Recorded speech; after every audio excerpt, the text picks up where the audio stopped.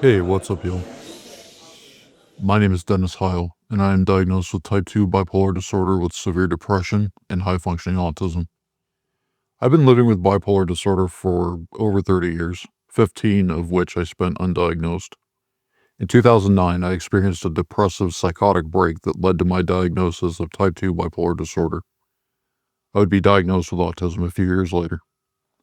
In my podcast, Bluntly Bipolar, I'm going to share with you my experiences and the hard lessons I've learned trying to find some peace and happiness in my life. I hope that by sharing my experiences, others can avoid learning these lessons the hard way. I'm not a mental health professional. All I am is a mental patient with a microphone. Listener discretion is advised.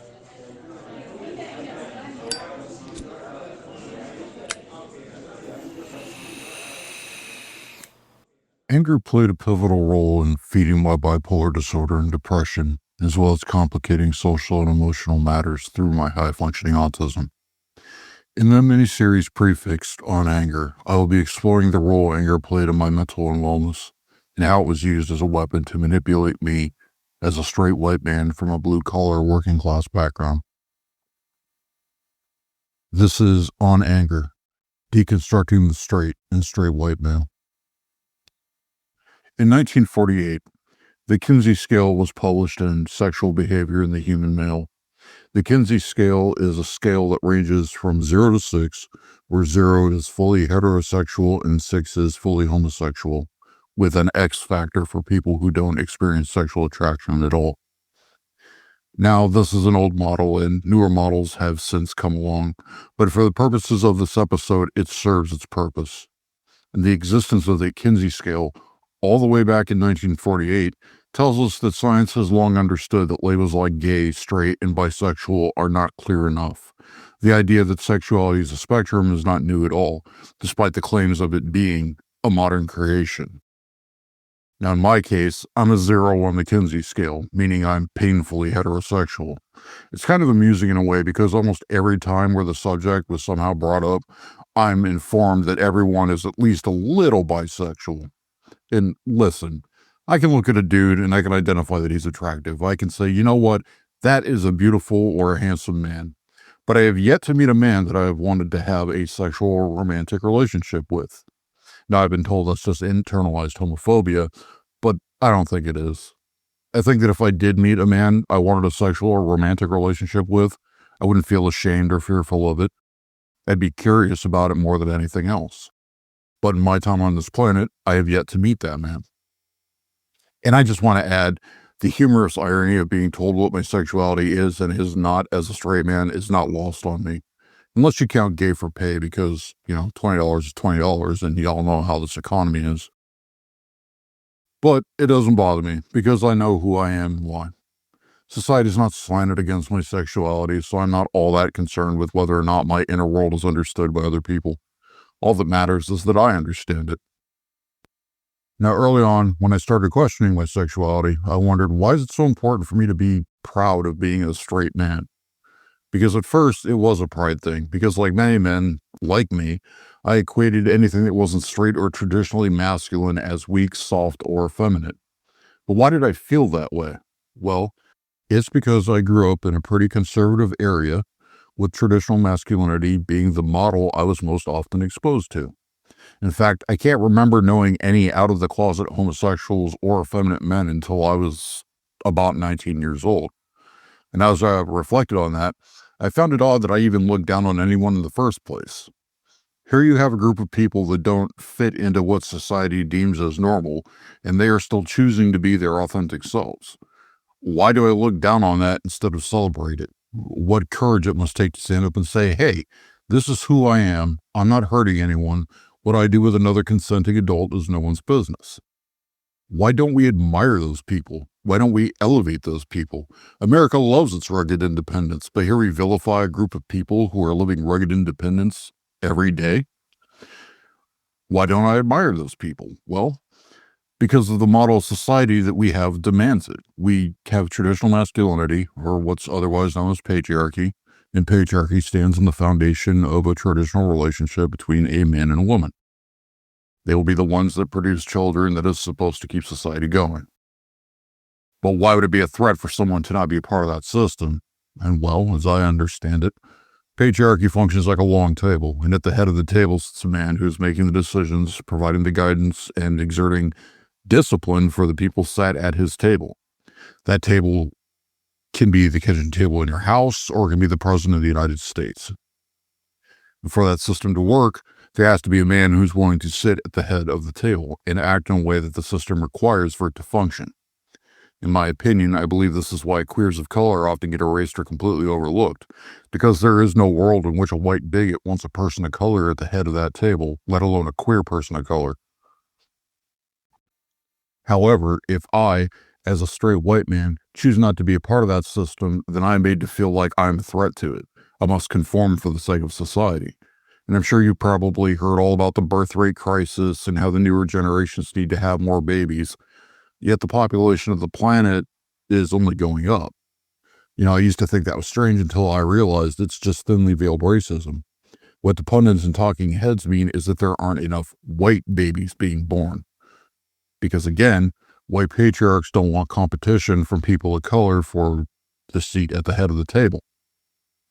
Now, a queer person will not be serving that agenda like a straight, traditionally masculine man will, because a traditional man needs to have certain qualities about him. He needs to be tough, not have emotions, not have needs other than being a provider and keeper of his family. His traditional masculinity is to model behavior for his sons and his daughters, and queerness can't do that. But then sometimes I wonder if the emasculation of men who do not conform is just straight up weapon of culture war. Because after I started unwinding some of this, I started to wonder about the relationship between the system and homophobia, particularly in regard to pedophilia. Because rape has long been a weapon of war. You look at situations like the Catholic Church protecting pedophile priests, men raping boys, and then you have that strong undercurrent of homophobia within the church. You have this flimsy claim that a person who is sexually attracted to a child is somehow equivalent to what two consenting adults do. You pair that with a man who is told to repress his sadness and vulnerability. The trauma manifests as anger, fear, and defensiveness as a grown man. Now all the patriarch has to do is point that loaded weapon at a group of people and pull the trigger by telling them, hey, there's your threat. There's your danger. Those are the kind of people that hurt you. Except they're not. But then you also have this weird social construct of painting homosexuals as a threat to children, while at the same time sexualizing children. You have these men who define themselves as straight but say things like, I can't wait until she's 18, without the slightest clue of how fucking weird that is. I get it if a man is within that, limited Romeo and Juliet age range, within 2 to 4 years, but still over 18. But 30, 40, 50-year-old dudes, that was always so odd to me. To me, that implies that they are sexually attracted to that child now, but they call it straightness through a bunch of flimsy excuses, like men are just attracted to younger women. I feel like that perspective is projected onto queers. You have these men who identify as straight, who are experiencing that attraction and choosing not to act on it. And I don't find it to be a leap in logic to think that a man in that situation would assume that gay men are doing the same thing. It seems like these men are assuming that the only reason that gays aren't fucking kids is because they're choosing not to do that to little girls. But in that context, is straight even the right descriptor? Because it doesn't seem like it.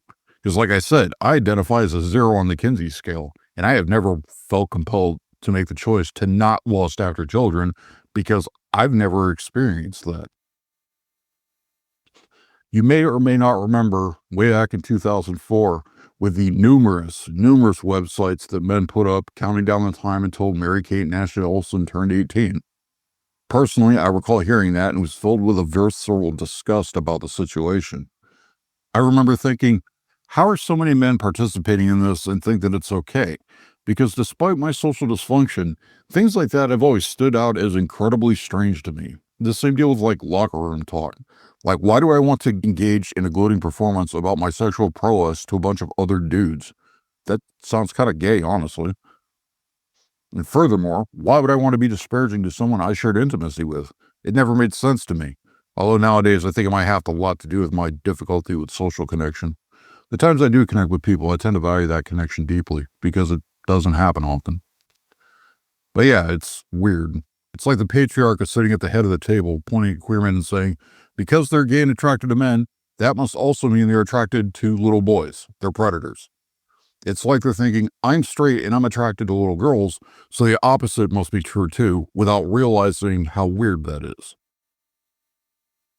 The trauma of abused boys becomes useful because it can be exploited by the system. And that trauma is perfect for cultivating blind anger and hatred that can be pointed at other people. The shame, the pain, the trauma, it all becomes levers of manipulation to protect the system. The man sitting at the head of that table tells the survivor, hey, that man sitting next to you is gay. What are his motives? Is he just trying to get closer to little boys? And now all of a sudden, he's an enemy. Now there's a deeply hurt man sitting next to an innocent person who's been portrayed as a predator, a man who sees himself as a protector through violence because that's what traditional masculinity teaches, right? Who does that actually benefit? Because it's not the queer man, the sexual abuse survivor, the children, or anyone else at the table. It perpetuates the trauma of the survivor. It intimidates and scares the queer man.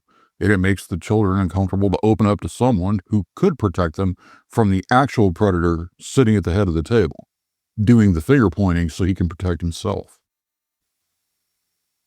It's weird. It's weird to be a grown man counting down the days until someone hits the age of consent. It's weird to equate the choices of consenting adults with that of an adult and a minor. But let's move on from that and into the performative nature of traditional masculinity. It's a constant performance and criticism.